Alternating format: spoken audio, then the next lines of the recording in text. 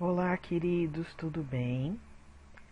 Bom, gente, nós estamos na aula 11 da disciplina de gestão financeira.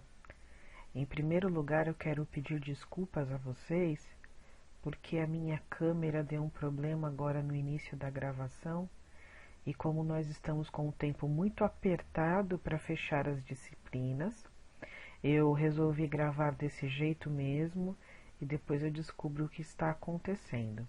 Então eu peço desculpas, vocês vão ouvir minha voz, mas não vão conseguir me ver.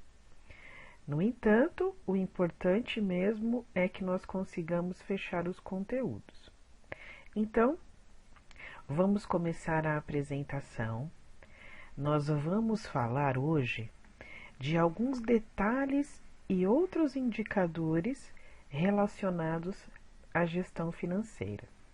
Hoje nós vamos falar do EBIT, mais conhecido como LAGIR em português.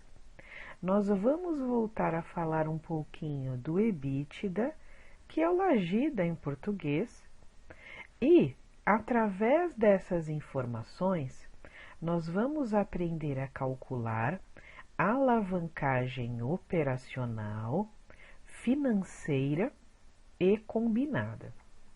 Ou seja, vários indicadores para nós analisarmos a situação econômico e financeira de cada uma das empresas que nós precisamos entender o seu conceito, o seu conjunto financeiro. Bom, por que a gente retoma e fala sobre EBIT e EBITDA? Eu trouxe para vocês aqui um conceito mais detalhado dessas informações. Eu sei que eu já expliquei isso de uma maneira um pouco mais superficial quando nós analisamos a DRE, mas agora essas informações elas são fundamentais e úteis para nós conseguirmos compreender e calcular a alavancagem. Então vamos às definições. Eu vou explicar de uma maneira conceitual a diferença entre esses dois conceitos e depois nós vamos entender isso lá no cálculo. Então, a gente vai falar primeiro do LAGIR, do EBIT, né? É bom vocês compreenderem que o EBIT, como nós já falamos na outra aula, ele vem de uma sigla em inglês. E quando nós estamos falando desse conceito em inglês, ele tem algumas pequenas diferenças em relação ao conceito em português. Este também é o motivo pelo qual nós conceituamos agora de maneira separada. Então, LAGIR é a sigla utilizada para descrever o lucro antes dos juros e tributos. Quais tributos? Imposto de renda da pessoa jurídica e a contribuição social sobre o lucro líquido, que é a CSLL, mais conhecido como EBIT, que é a sigla em inglês. O LAGIR é uma medida de lucro que está mais relacionada com o resultado de natureza operacional obtido pela empresa, no qual exclui os resultados financeiros, ou seja, as despesas financeiras ou receitas financeiras. Também os dividendos ou os juros sobre o capital próprio, que são as remunerações dadas aos acionistas, e outros resultados que não sejam relacionados com as operações da empresa. Bom, então quando a gente está falando do LAGIR, eu não vou considerar, por exemplo, se a empresa ganhou dinheiro no mercado financeiro comprando ações de outras empresas. Eu não vou apontar aqui também se a empresa ganhou dinheiro fazendo algum tipo de investimento. Aqui eu quero mensurar efetivamente aquilo que a empresa trouxe de resultado, pensando apenas na sua operação, ou seja, nas receitas vindas da venda de produtos ou da prestação de serviço. Não quero saber de outro tipo de receita, não é importante para mim conseguir saber isso para esses indicadores. E também não vou considerar despesas que não estão relacionadas à minha operação. Mais uma vez, a questão das despesas financeiras ou a questão da remuneração dos sócios. Eu vou considerar as despesas relacionadas à operação, ao negócio. Na realidade, ele pode ser considerado o lucro operacional ou o resultado operacional da empresa, tirando do cálculo todas as despesas e receitas financeiras. Então, esse é o LAGIR, ou o EBIT, pensando na sigla em inglês. Vamos definir agora o LAGIDA, que é o EBITDA. LAGIDA é a sigla utilizada para descrever o lucro antes dos juros e impostos. Mais uma vez, nós consideramos o imposto de renda pessoa jurídica e contribuição social sobre o lucro líquido, mas aqui nós também vamos considerar a questão da depreciação. O que é a depreciação mesmo? É a perda de valor dos bens tangíveis. Então, aquela máquina que eu comprei que ao longo dos anos vai perdendo valor, aquele equipamento lá no escritório, um computador, um notebook, uma impressora, esses bens tangíveis, eles perdem valor. Vocês podem perceber até nos seus próprios bens tangíveis, né? O seu celular, por exemplo. Qual foi o último celular que você comprou? Quando foi isso? Ele já perdeu valor? Ele já está, obsoleto hoje, se a gente for comparar com os novos celulares? O que ele tem de obsolescência? O meu, por exemplo, ele já está no limite da memória. Ele já também está no limite da instalação de novos programas. Eu não consigo instalar todos os apps que eu quero aqui no meu celular. Então, ele já vai perdendo valor. O meu, por exemplo, já não consegue se conectar às redes 5G, que vão começar a ficar disponíveis para nós em breve, né? Que é uma internet muito mais rápida, com muito mais capacidade. Então, o meu já está, né, praticamente obsoleto. E o de vocês? Isso também acontece com as máquinas, equipamentos, com a estrutura que estão relacionados às empresas, às organizações. Eles vão perdendo valor. Nosso carro, né, o meu carro, ele já era para ter sido trocado, mas onde que tem dinheiro para fazer essa troca? Né, eu comprei esse carro em 2015. Ou seja, ele já está com 6 anos de vida útil, certo? Então, queria eu conseguir trocar de carro, mas não tenho dinheiro para isso. Mas ele foi perdendo valor, né? Ele vai perdendo, os bens vão perdendo valor ao longo dos anos. Então, isso é a depreciação. E o que é a amortização? A amortização é a perda de valor de bens intangíveis. Eu lembro que a gente já conversou sobre isso, mas eu vou voltar num exemplo. Por exemplo, eu sou uma franqueada. Eu adquiri, paguei pela oportunidade de abrir uma loja de uma determinada franquia. Só que também ao longo do tempo, essa franquia ela vai perdendo seu valor. Então, imagine que eu consegui uma concessão para utilizar, né, os dados, a marca dessa franquia por 10 anos. Ao final desses 10 anos, ou eu pago novamente, depende do contrato, obviamente, ou eu terei que deixar de ser franqueado. Porque aquela marca, aquele valor, vai perdendo-se ao longo do tempo, tá bom? Então, aqui eu estou pensando em bens intangíveis. Em inglês é chamado de EBITDA, sendo um pouco diferente do LAGIR, o LAGIDA também exclui o efeito das depreciações e amortizações, além, né, somando-se a CSLL e o Imposto de Renda Pessoa Jurídica. Resultados financeiros e não operacionais, tendo como objetivo avaliar o lucro referente apenas ao negócio.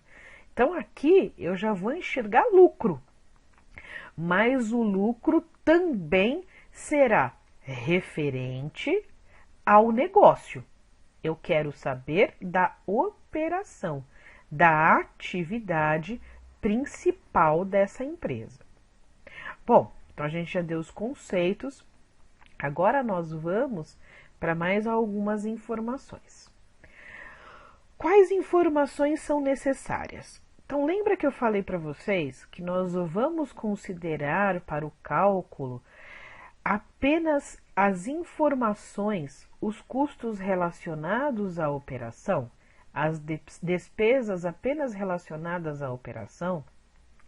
Então, a primeira coisa que nós precisamos fazer é entender, não necessariamente fazer no sentido de ação, mas a gente precisa entender, é que a empresa, ela possui custos e despesas. Eu não vou entrar um pouquinho nos detalhes, né, de custos e despesas, mas o que a gente precisa saber no momento, tá? No momento, nós precisamos saber que os custos são aqueles relacionados à operação, ao ato operacional. Então, se eu estou produzindo, os custos eles estarão relacionados à máquina, ao equipamento, à matéria-prima, ao salário das pessoas que produzem. Então, esses são custos, tá? Assim como também o custo de pagar o aluguel da estrutura, a água, a luz daquela operação. E as despesas, elas são relacionadas às atividades de apoio. Então, aqui a gente consegue fazer uma classificação. Lembrando que nós temos os custos diretos e indiretos, tá bom? Para a fabricação de todo e qualquer produto. Então, aqui, custos indiretos de fabricação é classificado como custos. Seguro das instalações da fábrica. A fábrica onde se produz o produto é um custo. Depreciação das máquinas da fábrica é um custo. Depreciação do computador do escritório é uma despesa. O escritório é uma atividade de apoio. O escritório não produz efetivamente, então é considerado uma despesa. Aqui, mão de obra direta. Por que a palavra direta? Porque está relacionada a quem põe a mão na massa, quem fabrica, aos operários, aos colaboradores que estão ali fabricando algo. Então, isso é um custo também. Matéria-prima, custo. Comissão de vendas é despesa. Essa comissão é paga para os vendedores, que também são uma atividade de apoio. Propaganda, despesa. Salário da administração, despesa. Seguro do prédio da administração, despesa. E juros de empréstimos, despesas também. Gente, aqui nós compreendemos essa composição e quanto melhor for o detalhamento de custos e despesas de uma empresa, melhor será para conseguir também adquirir os indicadores de análise financeira. Então, às vezes, por exemplo, uma empresa, ela não consegue entender, não consegue mensurar, por exemplo, a gente viu aqui, ó, seguro das instalações da fábrica, seguro do prédio da administração. Os dois estão relacionados a seguros, mas quando eu, empresa, contrato esse seguro de maneira separada para entender esse seguro como instalação da fábrica ou como seguro da administração, é melhor para conseguir classificar e entender como que a empresa está operando. Então, o detalhamento é interessante. Ah, professora, mas nem sempre dá para separar. Então, por exemplo, a conta de luz era uma conta de luz única. Não existe uma separação entre a conta de luz da fábrica e a conta de luz do escritório. Como é que a gente faz? Bom, gente, você não vai pegar uma calculadora e vai ficar medindo ali o consumo em amperagem dos equipamentos para conseguir dividir a conta de luz. Então, nesse caso, né, o que é mais importante? Eu vou considerar que aquela conta de luz está relacionada à operação. Não vai ter jeito. Então, eu considero um custo, tá bom? Bom, então a gente entendeu aqui a estrutura, né? Voltamos ao conceito de custos e despesas. Agora, nós temos que compreender também uma outra estrutura. Então, imaginem que aqui a somatória de todos os impostos de vendas, a gente viu isso já, ela dá aqui uma porcentagem de 16,65%. Então, a gente sabe que os impostos, né, ICMS, somam 16,65%. Mas também sabemos que a alíquota do imposto de renda pessoa jurídica é de 15% e que a contribuição social é de 9%, os dois somados dão 24%. No caso do nosso exemplo, o preço de venda de um determinado produto é de R$ 26,03 e as quantidades vendidas de 50 mil.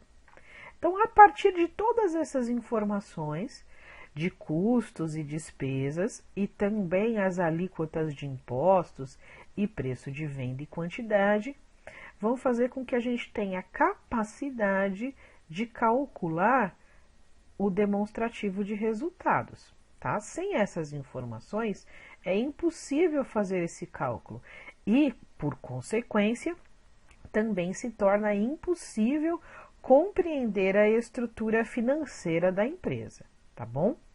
Então, vamos lá. Agora, a gente tem a DRE, porque a partir daquelas informações, nós fizemos as pontuações. Então, a venda, aquela quantidade de 50 mil vezes o preço de venda, vai dar a minha receita. É só para lembrar aqui nesse momento, gente, que a nossa próxima aula, ela vai trazer informações e nós vamos aprender, né, ou relembrar alguns cálculos relacionados a faturamento, receita, custo fixo, custo variável, que é um conceito de custo, volume e lucro que nós chamamos, tá bom? Então, por favor, não faltem na próxima aula, assistam, né, a aula bonitinha e nós vamos compreender em detalhes essas informações, tá? Bom, então vamos continuar aqui. Então, a gente tem aqui a receita de venda, os impostos, né, a porcentagem, a alíquota foi aplicada e nós obtivemos as informações de imposto sobre vendas. Com o abatimento desses impostos, nós temos a receita líquida. Posteriormente, são pagos todos os custos, né, sobre os produtos vendidos ou fabricados ou prestados serviços. E assim a gente tem um resultado bruto. Depois do resultado bruto, são pagas todas as despesas. Então, aqui nós temos uma separação, uma divisão entre despesas administrativas, despesas de vendas e despesas financeiras. As administrativas estão relacionadas às atividades de apoio, as despesas de vendas estão relacionadas às atividades de fomento das vendas e as despesas financeiras aqui não estão detalhadas, mas como a gente falou, são aquelas questões de pagamento, por exemplo, de juros, tá? De um determinado empréstimo, determinada operação.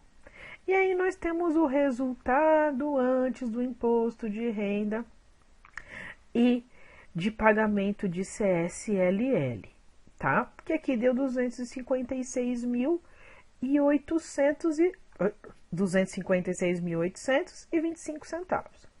Aí paga-se os impostos e aí a gente tem um lucro líquido de 195.168,19.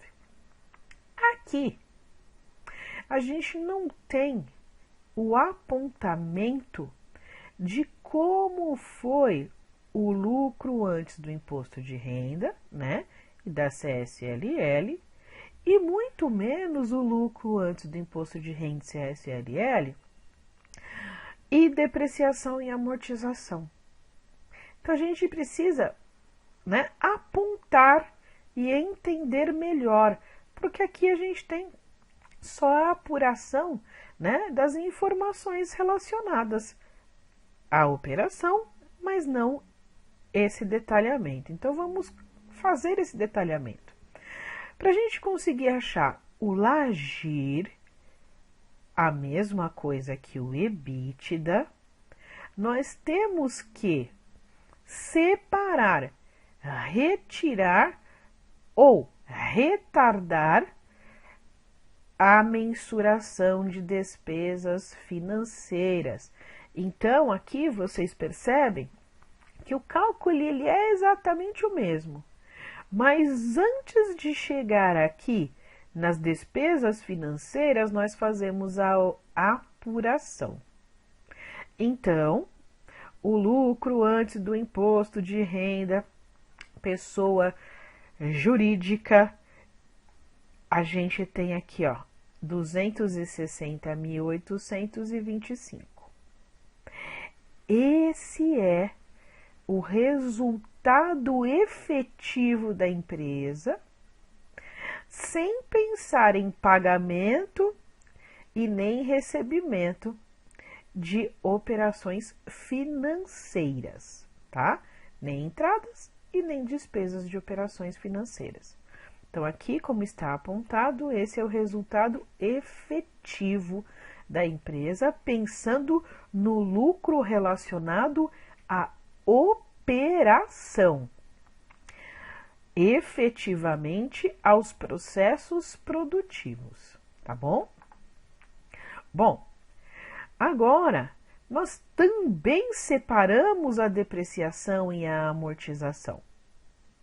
Tá? Depreciação, pensando nos ativos tangíveis, a amortização, pensando nos intangíveis. Então, se vocês, né, voltarem aqui um pouquinho à filmagem, ou olharem no material de maneira separada, vocês vão ver aqui, ó, que as despesas administrativas, elas diminuíram de valor, porque imaginem que elas estão aqui somadas em um bloco. Né? Todas as despesas administrativas foram colocadas dentro de um bloco. Aqui houve um detalhamento. Então, separou-se, tirou-se a depreciação e a amortização.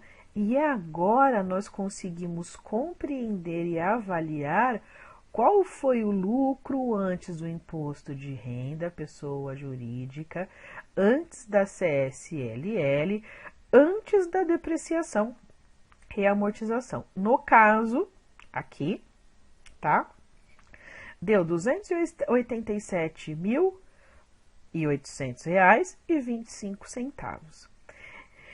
Esse foi o resultado econômico da empresa, tá? É importante que a gente consiga enxergar isso. Vamos continuar, porque a gente ainda tem bastante coisa para entender hoje. para a gente calcular a margem do EBITDA, é muito simples, tá? Então, margem do EBITDA é utilizada para o empresário para que ele consiga ver como existe uma aproximação do fluxo de caixa da empresa em cada real de vendas. Então, para cada real que eu vendi, como é que está a questão do meu fluxo de caixa? Como é que a gente calcula? Então, aqui a gente tem uma fórmula bem simples. Então, margem do EBITDA é igual ao EBITDA. Então, eu tenho que achar, né, o EBITDA e dividir pelas receitas líquidas de venda. Quando eu faço isso, eu obtenho a margem do EBITDA e ela pode ser calculada, né, pensando aí em números decimais e em porcentagem. Como é que a gente fez isso? Então, aqui, o EBITDA, R$ 287.825 centavos, dividido pela receita líquida, minha receita de vendas. Isso tudo vezes 100. Então, nós obtivemos 0,2654. Aqui é bom lembrar que vocês devem deixar essa informação com 4 casas, porque depois, quando ela for multiplicada por 100, tá certo?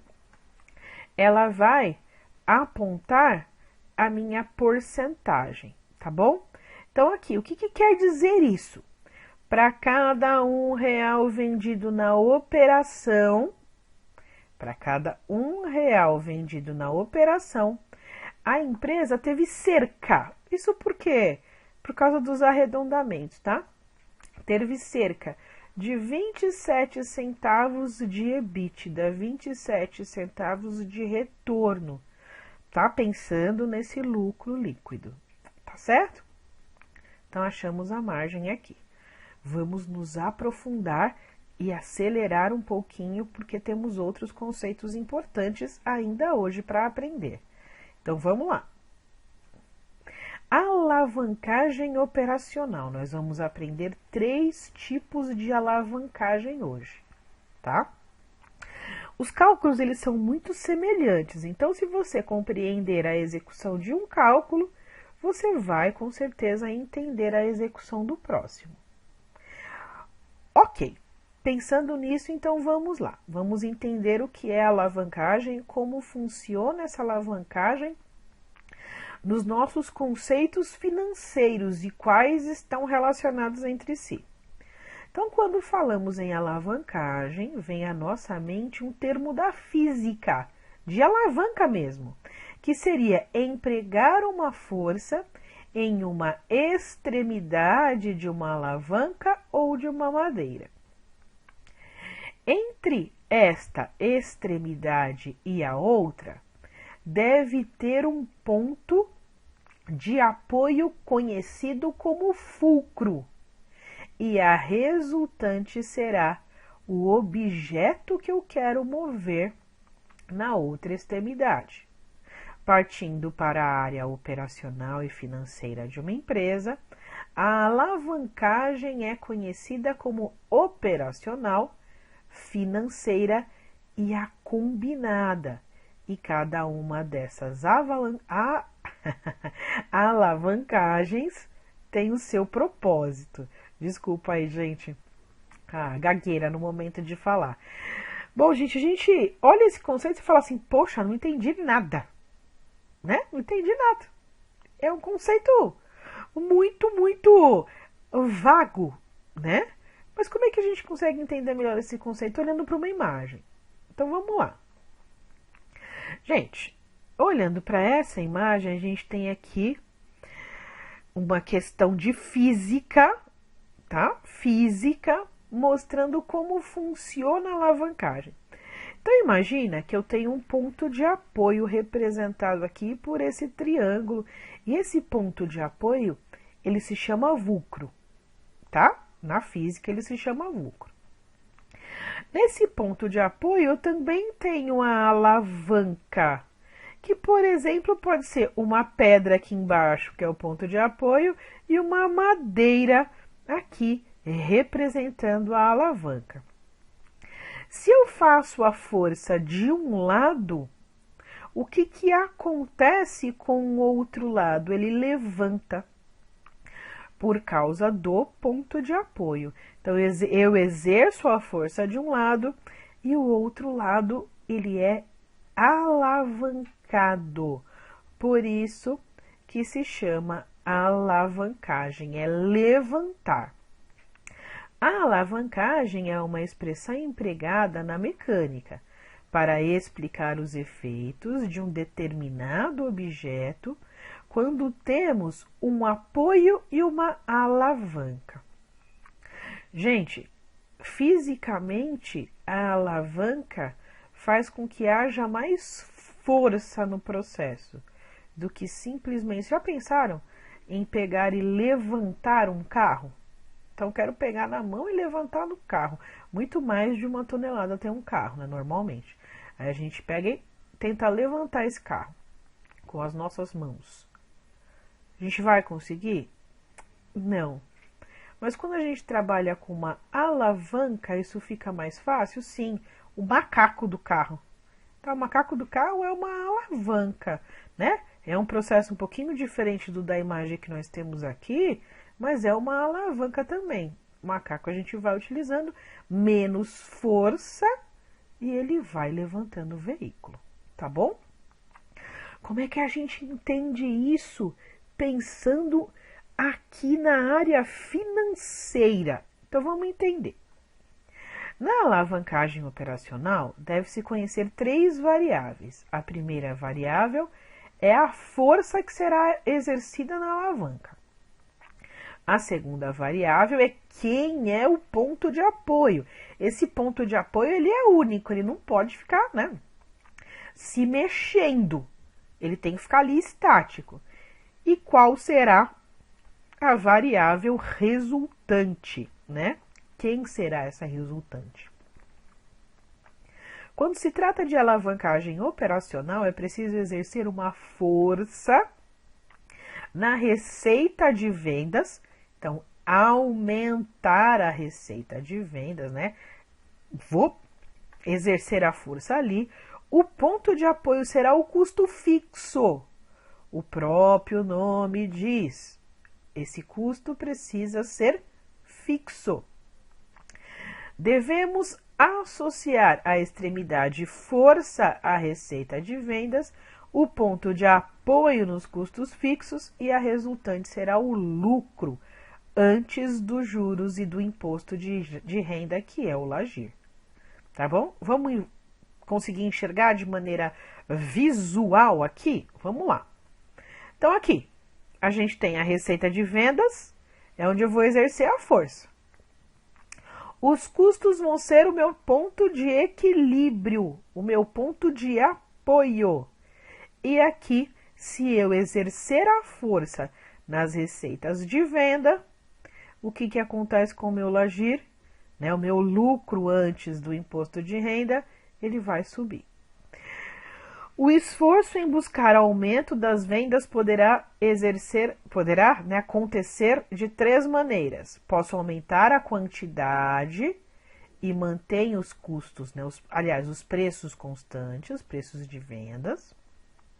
Posso aumentar o preço e manter a quantidade, acreditando que essa mesma quantidade será comprada.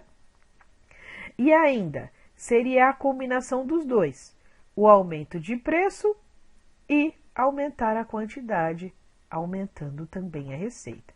Então, todas as vezes que a gente quiser pensar no aumento de receita e de faturamento, ou eu aumento a quantidade vendida com o mesmo preço, ou eu aumento o preço pensando em vender a mesma quantidade, ou eu faço os dois. Vendo mais num preço maior. Aí eu vou aumentar minha receita de vendas, tá bom? Como é que a gente calcula? Então vamos lá. Aqui nós vamos falar, né, do grau de alavancagem operacional, é o GAU, tá? Grau de alavancagem operacional. A gente pode utilizar essas três fórmulas que elas vão dar o mesmo resultado, tá? A título de explicação hoje, nós vamos calcular pensando nessas duas fórmulas iniciais, porque elas são as mais utilizadas. E qual é a resposta final? É o número de vezes que algo aumenta ou diminui. Então, vamos lá. Como é que eu calculo o grau de alavancagem operacional na primeira fórmula? Então, vou pegar a margem de contribuição total e vou dividir pelo LAGIR. Essa é uma maneira. Margem de contribuição total dividida pelo LAGIR.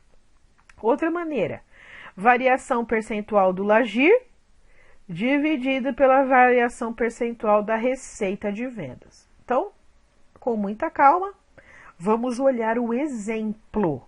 Então, primeiro a gente pensa em margem de contribuição e LAGIR. Tá aqui, ó. Então, os dados práticos da empresa. Para a gente calcular o grau de alavancagem operacional, nós vamos utilizar a informação da margem de contribuição total, que está aqui nessa linha, ó. Para o ano base é 60 mil e para o próximo ano 72 mil. A gente está falando aqui do exemplo da empresa Anaconda e eu penso, né, no cálculo a partir dos dados base e da projeção. Então, pensando numa projeção, num aumento de 20% nas vendas, qual vai ser o grau de alavancagem? Então, é isso que a gente vai calcular, tá? Aqui nós temos outras informações, então preço de venda, custo variável unitário, quantidade produzida e assim por diante. Vamos ver o exemplo calculado. Então, tá aqui, gente. Ó, grau de alavancagem operacional na primeira fórmula. Margem de contribuição total dividido pelo LAGIR, tá? Margem de contribuição total, 60 mil. Opa, minha mãozinha sumiu. 60 mil, pensando lá no nosso ano base, tá? Dividido por 28 mil, que é o nosso LAGIR. Nós temos aqui 2,14 vezes. Então, essa é a nossa informação, o nosso indicador de grau de alavancagem. Agora, a gente precisa fazer o cálculo pensando na variação, nessa variação de aumento de 20% nas vendas. Como é que a gente calcula isso, tá? De uma maneira bem simples. Primeiro a gente vai calcular a variação do LAGIR. Como é que a gente calcula a variação do LAGIR? Então, ele era... vamos voltar ali só para eu mostrar para vocês de uma maneira mais fácil. Então, variação do LAGIR. Ó, aqui eu tenho a minha questão de projeção, que é 40 mil, e a minha questão de dados base, 28 mil. Essas são as informações que eu vou utilizar. Então, voltando lá, porque agora a gente já sabe de onde tirou, tá aqui, ó. 40 mil é a minha projeção, ela vai ser dividida pela minha informação base, e aí nós temos 1,4286. Deixem aqui com 4 casas depois da vírgula. Eu vou pegar essa variação e dessa variação eu vou tirar 1. Sempre vai ser a mesma coisa, eu vou tirar 1, tá? Porque eu quero só a variação. E aqui, o meu resultado é 0,4286, tá? Esse resultado eu vou multiplicar por 100. Então, eu sei que a minha variação entre o ano base, aliás, as informações básicas e a minha projeção é de 42,86%. É aquilo que a gente tem aqui, tá? Então, já achei a variação do LAGIR. Agora, eu vou fazer o cálculo de variação da receita, pensando nos dados básicos e na projeção. A minha projeção, se eu aumentar, em 20% as minhas vendas. Eu tenho 240 mil de receita na projeção, 200 mil de receita nos dados base. Fazendo essa divisão, eu tenho 1,2. Mais uma vez desse 1,2, eu vou tirar 1. Vai sobrar 0,2. E quando eu tiro, né, faço a multiplicação aqui por 100, eu consigo achar que a minha variação é de 20%. Como é que eu acho o grau de alavancagem operacional? Eu vou pegar a variação do LAGIR e dividir pela variação da receita. Deu a mesma coisa, 2,14 vezes. Tem que dar a mesma coisa, tá bom? Qual é a conclusão que a gente tem disso? Que qualquer aumento nas vendas, mantendo-se os custos fixos nessa composição de DRE, terá um aumento no lucro antes do imposto de renda de 2,14 vezes. Importante, o meu ponto de apoio ali, os meus custos fixos devem permanecer os mesmos, tá bom? Então, aqui, grau de alavancagem operacional. Vamos para o outro grau de alavancagem. Aqui a gente fala de grau de alavancagem financeira. O grau de alavancagem financeira revela os efeitos provocados sobre o lucro líquido da empresa pelas variações do LAGIR.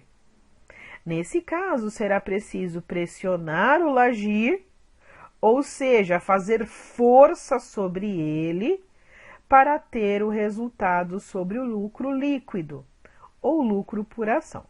Veja aqui na figura. Então, meu ponto de apoio serão as despesas financeiras, tá? Meu ponto de apoio, despesas financeiras. Aquelas que a gente retira quando a gente está fazendo o cálculo do LAGIR. Aqui eu aqui eu vou exercer a força sobre o LAGIR, para ele, né, aumentar, e aí, com consequência, a gente aumenta também o nosso lucro líquido, tá bom? Fórmulas. Grau de alavancagem financeira é LAGIR dividido por LAGIR menos despesas financeiras, vai dar o resultado em vezes também. Ou grau de alavancagem financeira é igual a variação do lucro líquido dividido pelo LAGIR, tá bom? Essas aqui a gente usa mais, então é essas que eu vou recomendar que vocês utilizem. Mais uma vez, a gente tem o mesmo exemplo, tá aqui os mesmos dados e agora nós vamos utilizá-los para fazer o cálculo de grau de alavancagem financeira. Se tiver dúvida, dá uma olhada aqui com mais detalhes, tá? Mas são essas as informações, pensando nos dados base e na projeção de 20%, tá? De aumento. Vamos ao cálculo. Então, o cálculo considera a primeira fórmula, é o LAGIR, dividido pelo LAGIR menos despesas financeiras. Então, LAGIR 28 mil, dividido pelo LAGIR, de novo, que é 28 mil, menos as despesas financeiras, que foi de 16 mil. Vai dar 28 mil dividido por 12, grau de alavancagem financeira de 2,33 vezes, tá? Vamos ao cálculo pensando nas variações. Então, primeiro eu vou achar a variação do lucro líquido e depois a variação do LAGIR, que a gente já até calculou lá na anterior. Então, variação do lucro líquido. Eu estou pensando aqui na minha projeção de 15.600 quando eu aumento minhas vendas, dividido pelo lucro líquido que eu tenho nos dados base, que é 7.800, eu tenho aqui o número 2. Mais uma vez desse número eu vou tirar 1. Certo? Então, tive número 2, tirei 1, sobrou 1. Sobrando 1, fazendo vezes 100, é de 100%. Então, a variação do meu lucro líquido, pensando nos dados base e na projeção, essa variação de lucro líquido é de 100%, tá? Variação do Lagir, a gente já fez o cálculo, então 40 dividido por 28 dá 0,4286, tirando 1, fica 0,4286, fazendo 100%, dá 42,86%. Dividindo um pelo outro, a gente também tem uma variação de alavancagem financeira de 2,33 vezes. Conclusão: se for aumentado o lucro antes do imposto de renda, mantendo-se todas as despesas financeiras, então sem variação de despesas financeiras, em certo intervalo de tempo, será aumentado o lucro líquido em 2,33 vezes. É isso que quer dizer, tá bom? Então, ok, agora a gente vai para o último grau de alavancagem. Grau de alavancagem combinada. Considerando que as empresas, em sua maioria, apresentam custos fixos e despesas financeiras para poderem desenvolver suas atividades, é correto afirmar que praticamente todas as empresas apresentam também efeitos conjuntos de alavancagens, conhecidos como alavancagem combinada ou alavancagem total, que é a combinação de alavancagem operacional com a alavancagem financeira. Observação: só pode ter alavancagem combinada se existir custo fixo operacional e despesa financeira, senão não existe sentido em fazer esse cálculo, tá bom? Então, a gente tem aqui: a força deve ser exercida nas receitas de venda. O meu ponto de apoio aqui são as despesas financeiras e custos fixos, né? A somatória dos dois. E eu vou aqui alavancar o lucro líquido, tá bom? Vamos lá. Vamos fazer o cálculo. Para a gente fazer o cálculo, a gente precisa das fórmulas, que está aqui. Definida a alavancagem combinada, temos 3 maneiras de calcular.